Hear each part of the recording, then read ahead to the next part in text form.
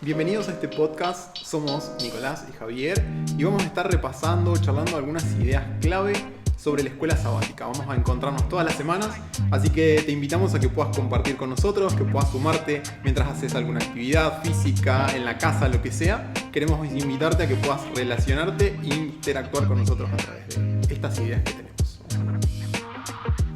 La escuela sabática de esta semana se torna muy interesante, muy emocional, tiene momentos que son dignos de una película del cine. Sabemos que existe una película, exactamente, la cual recomendamos, José el Príncipe de los Sueños, y empezamos a ver personajes que ya habíamos visto tal vez como personajes secundarios, los encontramos en esta historia como personajes principales. Sabemos que José ya había sido transportado a Egipto, había estado en la casa de Potifar, había ganado el fervor del capitán de la cárcel, crece su valor y termina con el faraón, en donde al final de cuentas, adivinando el sueño, le confiere el poder para ser administrador en este tiempo de dificultad. Claro, esta semana arrancamos con José ya siendo gobernador en Egipto. Exactamente. Como que ese es el punto de partida de esta semana. Y a mí se me ocurre una pregunta relacionada con esto. Y que viene como un tema que nos invade mucho actualmente o hemos escuchado al menos este tema y que tiene que ver con el éxito. ¿Qué es el éxito? ¿Podemos decir que José era exitoso? ¿Qué pensás? Yo creo que en la historia de José, si nosotros la dividimos en diferentes partes y si las analizamos de manera aislada, podemos definir de acuerdo a la sociedad el éxito de José, tal vez en su juventud, cuando estaba con su papá, o el éxito directamente cuando fue gobernador del faraón. Mientras que en los otros espacios, valorando tal vez lo que él tiene, su libertad, las circunstancias, podríamos decir que no fue muy exitoso. Sin embargo, nuestra perspectiva cambia un montón al entender un poquito qué es el éxito según la Biblia. Claro, es como, sí, independientemente también porque creo que si uno hace un balance desde los últimos días de José, un balance de su vida, dice, al final fue un tipo exitoso, che. Claro. Como que le fue bien en la vida. Le pasaron un montón de cosas, pero fue exitoso, Nadie puede negar eso, es como llegó a ser el segundo después del faraón. Pero también hay otra pregunta que se me ocurre o que me surge con esto, es que José en algún punto, cuando él interpreta el sueño, dice que Dios lo estaba ayudando a interpretar ese sueño. El faraón ve que José tenía el favor de ese Dios que él no entendía bien, pero que José era favorecido por Dios. Entonces lo pone a cargo de todo eso porque el faraón pillo no era ningún tonto, sabía que José era inteligente y como que le atrae ese plan. Entonces pienso y pregunto, ¿será que Dios lo estaba favoreciendo en ese punto para que sea exitoso de esa manera? O por el otro lado, si yo siento que no me está yendo bien en la vida y no estoy siendo exitoso, ¿quiere decir que Dios no me está acompañando o Dios no está conmigo? Creo que tal vez la primera pregunta, como para empezar a pensar en esto, o fundamentar un poquito esto, creo que tiene que ver con qué es lo que yo entiendo por éxito. Creo que nosotros tendemos a pensar el éxito de acuerdo a la perspectiva de alguien o a la expectativa de alguien. Por ejemplo, a mí me enseñaron mis papás que yo iba a ser exitoso cuando tuviera una carrera universitaria, cuando tuviera un trabajo muy bien pagado, cuando tuviera una casa, un auto. Y claro, midiéndolo de esa manera o cumpliendo las expectativas de alguien, puede ser éxito o no las circunstancias de la vida. Entonces, ¿cuál era o cuál es la forma saludable de evaluar el éxito para nosotros que somos cristianos? También pienso que el éxito, si no es en la mayoría de los casos, lo medimos por una comparación que hacemos con otras personas. Porque que yo tenga una casa o que no tenga una casa, si no tengo con quién compararlo, ¿de qué me sirve? No, me va a dar techo y me va a dar abrigo, pero me da lo mismo tener una casa que tener una choza, que tener una carpa. Ahora, ¿por qué me consideraría exitoso si no tengo con quién comparar que sea menos exitoso que yo?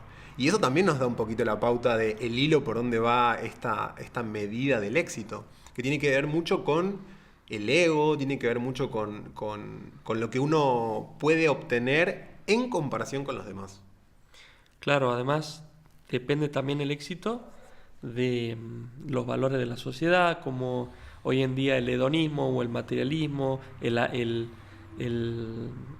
sobreamor propio, podríamos decir, y esto de la acumulación son valores de éxito para la sociedad.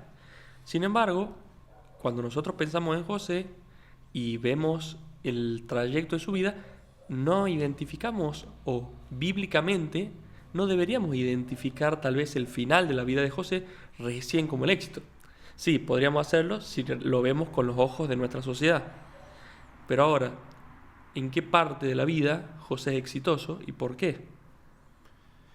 Yo creo que hay un punto muy interesante en el que nos vamos a enfocar y que tiene que ver con la parte espiritual, con la parte interior, con la parte del ser, más que con lo exterior. Porque muchas veces lo que estamos hablando acá tiene que ver, en términos actuales de éxito, tiene que ver con lo que tenemos, con los títulos que quizá podamos llegar a tener, con los bienes materiales, con cosas que tienen que ver con la apariencia o con lo externo. Pero en la historia de José lo que podemos ver es que tiene mucha riqueza por dentro, mucha riqueza interior tiene esta definición de éxito. Y yo creo, puntualmente, que José fue exitoso cuando decidió seguir al Dios que su papá le había enseñado. Sí, yo creo, Elena de White menciona ahí en Patriarca y Profeta que desde muy joven, desde muy chico, antes de ir a Egipto, José tenía un sentido de la presencia de Dios muy fuerte, que él constantemente trataba de cumplir los preceptos de Dios, y no solamente eso, sino de relacionarse y tener una vida de acuerdo a lo que Dios le iba enseñando. Ahora obviamente hay cosas nuevas que él tiene que aprender, pero yo creo que el éxito justamente tiene que ver con esta decisión de dejar que Dios realmente sea un centro en mi vida. Y si yo he decidido ser fiel a Dios, que Él sea el centro de mi vida, entonces mi éxito está asegurado.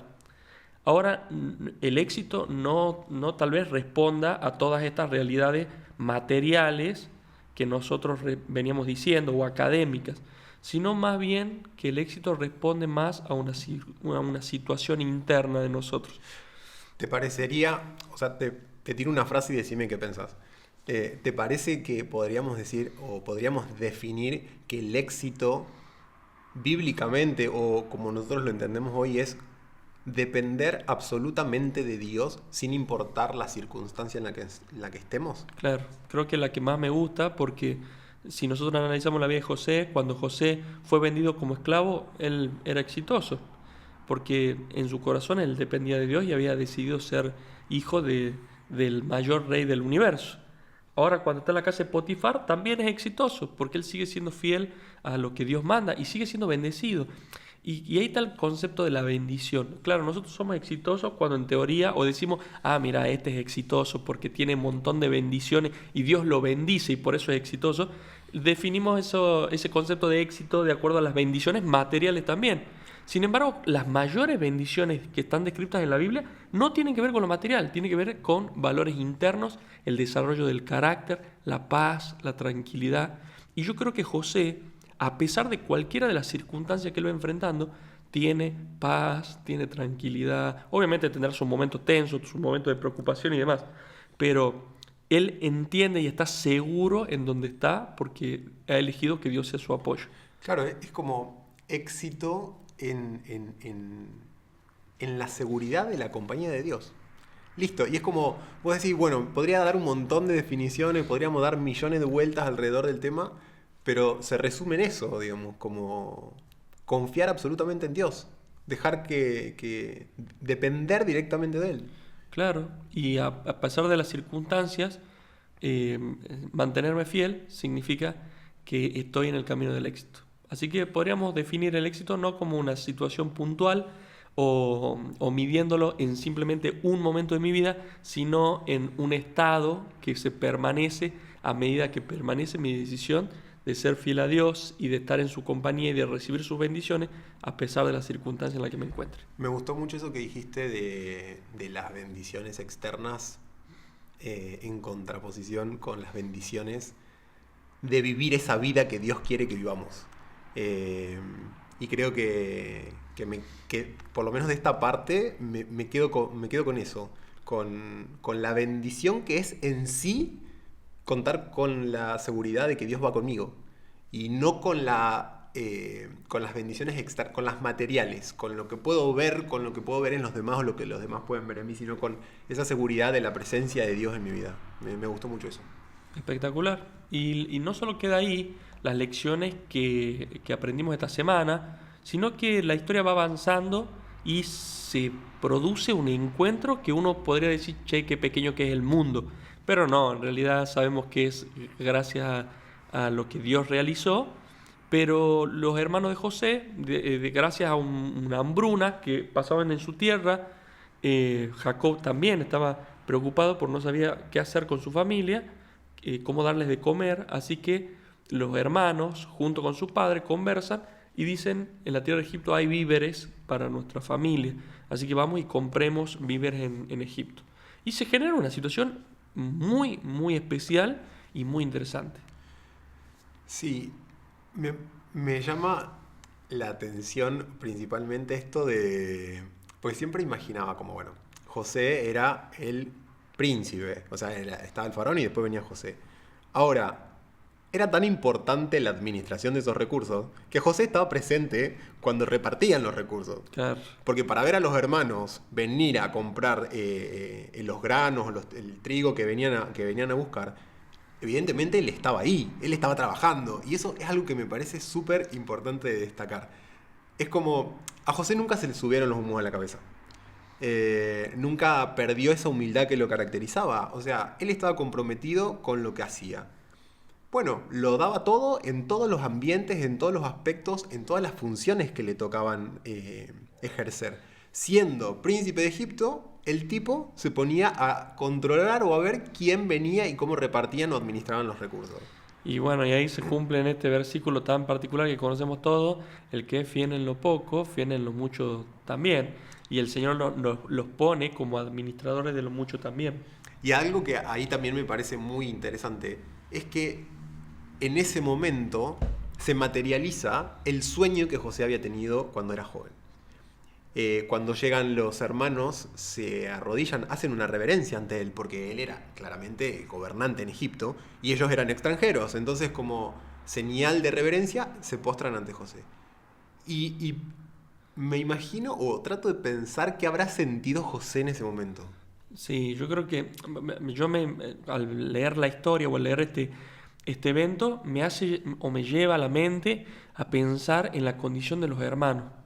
La condición de los hermanos, han pasado ya muchos años y los hermanos, ¿qué habrán pensado tanto tiempo o cómo habrá socavado en su corazón esta culpa? Porque, o sea, primero la situación de ellos era muy compleja, habían hecho algo terrible con su hermano y bueno, Elena de White en Patriarca y Profetas describe que su corazón estaba quebrantado, que realmente ellos habían pasado una tortura luego de haberle hecho eso a José y no podían calmar la culpa que ellos tenían. Y no solamente a José, sino al ver a su padre sufriendo Claro. constantemente a través de los años por la pérdida de un hijo. Claro. Y que ellos sabían que no había sido como el padre pensaba.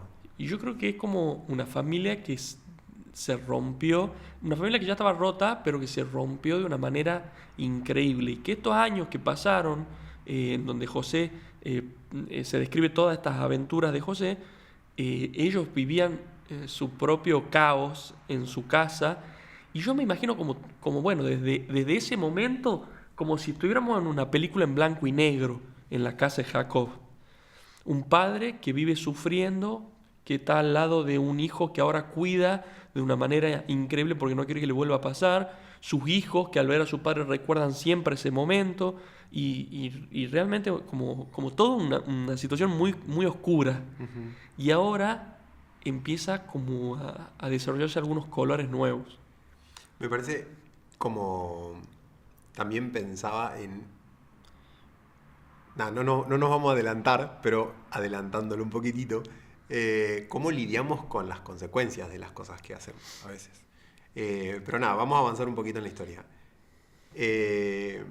Le venden el trigo, ellos se lo llevan, ya sabemos un poco la historia, José les pregunta quiénes son, si su papá vive, si tienen algún hermano. Y lo que es muy interesante es que José acá trata de tantear, a ver qué onda.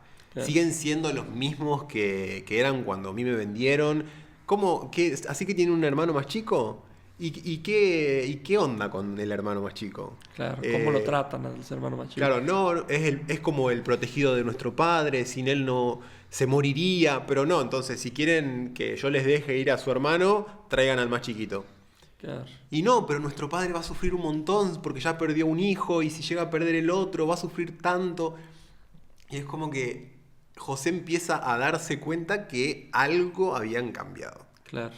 Es más, sabemos que José prueba a sus hermanos con esa intención, querer saber qué había en sus corazones y bueno, todas estas situaciones que parecen muy raras, muy particulares, porque es como, bueno, José, que me imagino que habrá tenido un montón de sentimientos al verlos a su hermano, pero una tormenta de sentimientos al verlos a su hermano que para mí, él como que inicialmente se sobrepasó. Sí, por de las hecho, emociones. es como que 2 o 3 veces en la historia, en la Biblia, dice que se tuvo que ir porque se fue a llorar. Y yo me imagino como la angustia lo desbordaba, las emociones que no podía contenerse y se tenía que ir. Y vos decís como que le habrá pasado al gobernador que se fue. Y estaría José llorando. Bueno, se calmaba y relajaba un poco y volvía. Y pasa unas 2 o 3 veces eso. Y es re interesante como... Sí, cómo se desarrollan los sentimientos tal vez en esta historia. Porque es una historia muy emocional. Hay tal vez muchas historias en la Biblia donde se describen emociones, pero esta es como muy fuerte además, como que toca muy profundo. Y yo pensaba en que cuando José le hace todas estas preguntas y los increpa a ellos, también estaba evaluando si ellos estaban dispuestos a seguir engañando a su padre. Él sabía que lo engañaba a sus padres, los hermanos, que mentían y todo lo demás. Pero quiere ver cómo reaccionan ahora sus hermanos a una situación tal vez parecida a la que vivieron con él. Es como, resumiendo la historia, pasa todo esto. Simeón es quien queda prisionero como garantía de que iban a volver con el hermano menor. Pero después del otro lado, cuando se agotan los víveres que ellos adquieren en Egipto, empieza otra vez la discusión con, bueno, hay que ir a comprar más. Y yo pensaba como, che, pero se olvidaron de Simeón allá. Es como... ahora empiezan a negociar con el padre que si no llevan a Benjamín, el gobernador le dijo que directamente ni vengan porque no les va a dar nada. Claro. Y bueno, terminan, vienen con el padre hasta que no queda otra y el padre dice, bueno, llévenlo, pero si les llega a pasar algo, yo denme por muerto porque perdí a José y perderlo a Benjamín, listo. Claro. Hay algo que a mí me llama mucho la atención, que si nosotros leemos la historia de los hermanos desde que reconocen a José, no, desde que José los reconoce a sus hermanos, vuelven a su casa por primera vez, después vuelven de nuevo a donde está José, ellos muchas veces hablan de Dios. Y la concepción que ellos tienen de Dios no es un Dios amoroso, no es un Dios compasivo, sino que es un Dios que ahora le está haciendo pagar todo este tiempo y ahora en este momento mayor todavía lo que ellos hicieron con José.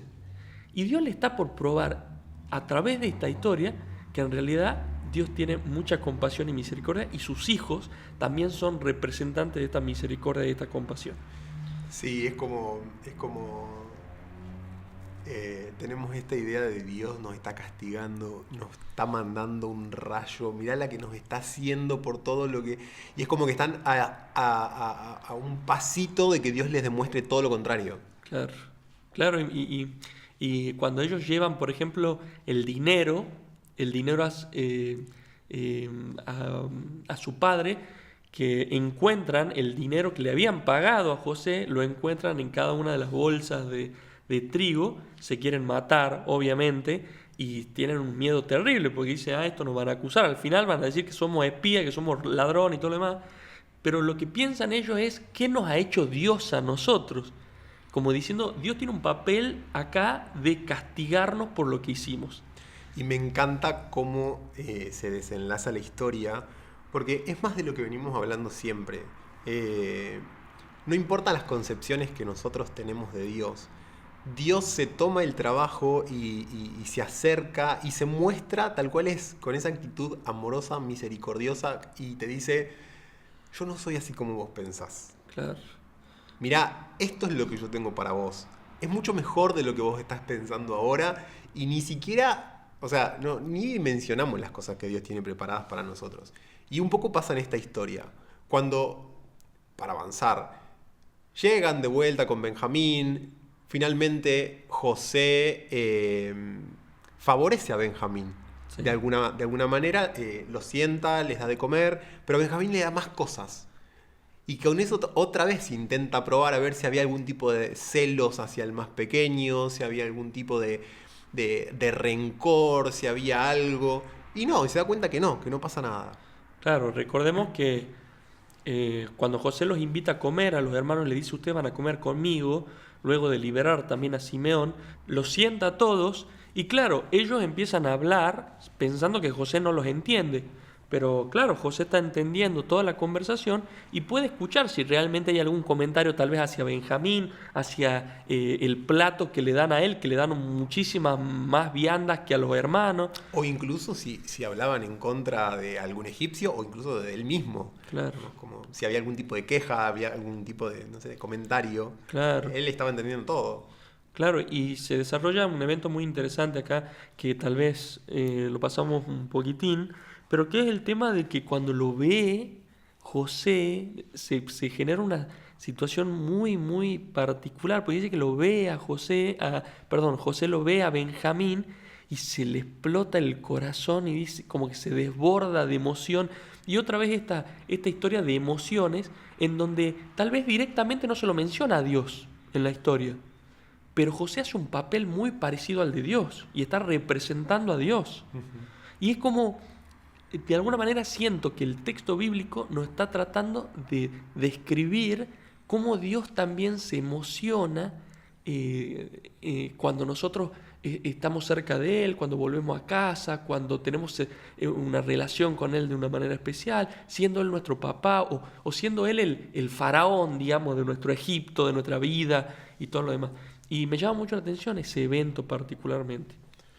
Sigue la historia. Sigue la historia. Y en ese momento en el que se emociona, bueno, José ya no aguanta más y le pide a todos los egipcios, todos los que no son los hermanos, que salgan de la habitación. Y se queda solo con los hermanos. Y ahí les revela quién es. Y este momento es súper, súper interesante. O sea, yo me imagino la situación, tipo, todos parados en silencio, ¿qué va a decir? ¿Qué nos va a decir? Y que él les diga, soy José.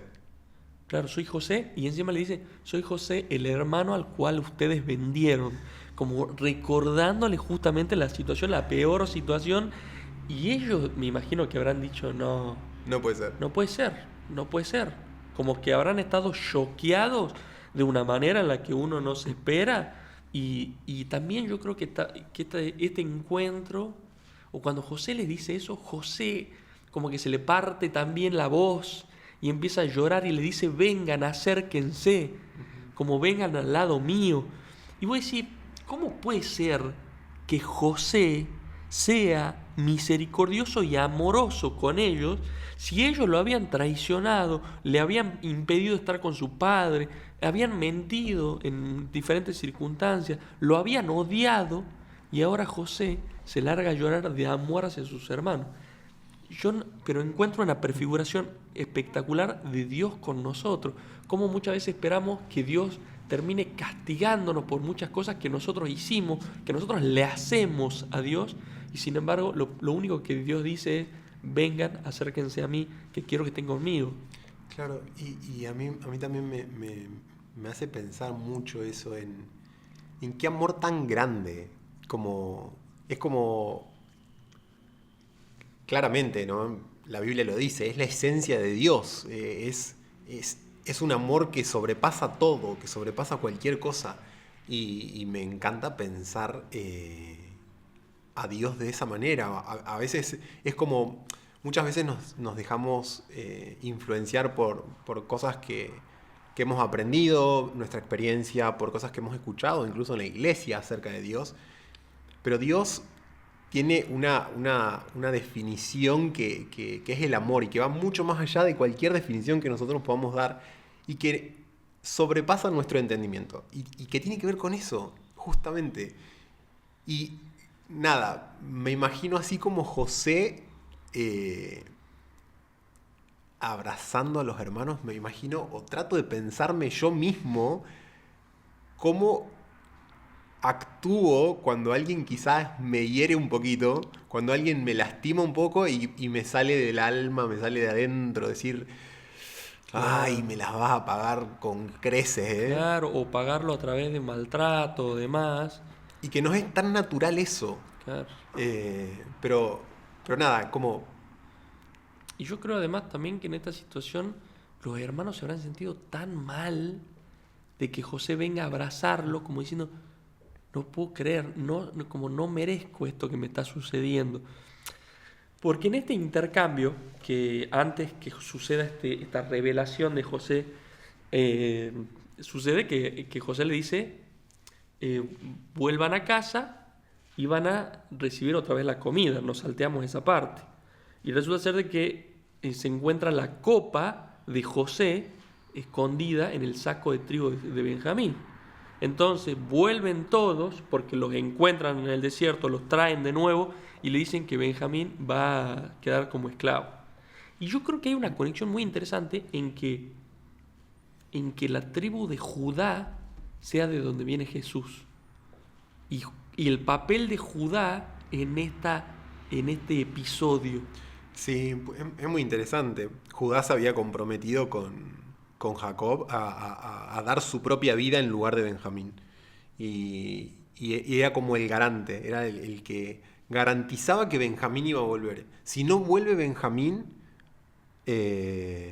o sea, no hay chance que no vuelva Benjamín. Claro, no vuelvo yo en lugar esa de conversación, él estaba dispuesto a dar su propia vida en lugar de su hermano.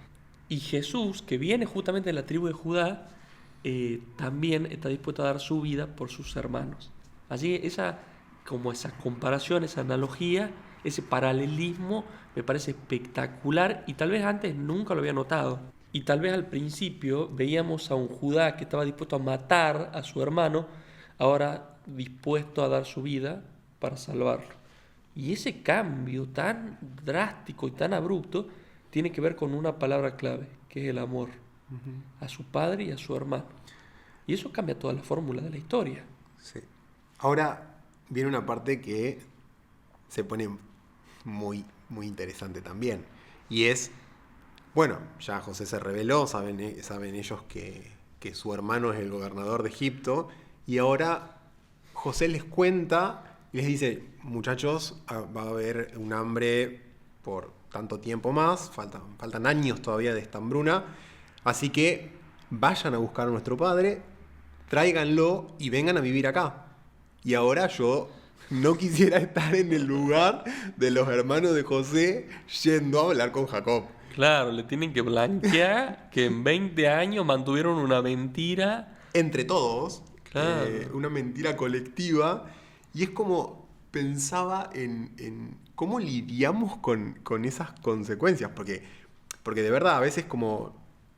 No sé si llegamos a dimensionar. Por ahí nos mandamos algunas situaciones, pero quizás nunca tuvimos que enfrentarlas de una manera tan directa a las consecuencias. En este caso, ellos tenían que ir a decir al padre, papá, te mentimos 20 años. Claro, vendimos José, a nuestro hermano. José no está muerto. Claro. José, lo vendimos nosotros. Y es como, wow. Claro, muy Hay fuerte. que enfrentarse a esa situación también. Claro. Y a pesar de todo lo que viene después, yo creo que las ganas de Jacob de ver a José tal vez también aplacan todo eso anterior, digamos. Claro, es como, como arrancar el discurso con José está vivo, papá. Sí, que la alegría le funcione de aliada a los hermanos de José. Pero nada, la emoción que ese padre habrá sentido en ese momento, la alegría de poder reencontrarse con su hijo amado, es un montón. Claro, claro, no, yo la verdad que no puedo dimensionar en esta historia cuán emocionantes son los encuentros de los diferentes personajes y cómo a través de esos encuentros podemos identificar el amor, la misericordia, cómo al final Dios prepara todas las cosas y termina al final de cuentas transformando una historia que parecía muy trágica en una historia que termina muy muy bien. Así que, nada, hasta acá llega esta semana el repaso de la escuela sabática. La semana que viene vamos a seguramente hablar un poquito más sobre el establecimiento de los hermanos de José en Egipto y cómo se desarrollan los hechos ahí. Pero hasta acá llegamos hoy. Esperamos que te sumes al estudio diario de la escuela sabática y que puedas el sábado compartirla en tu clase presencial en la iglesia. Nos vemos la semana que viene.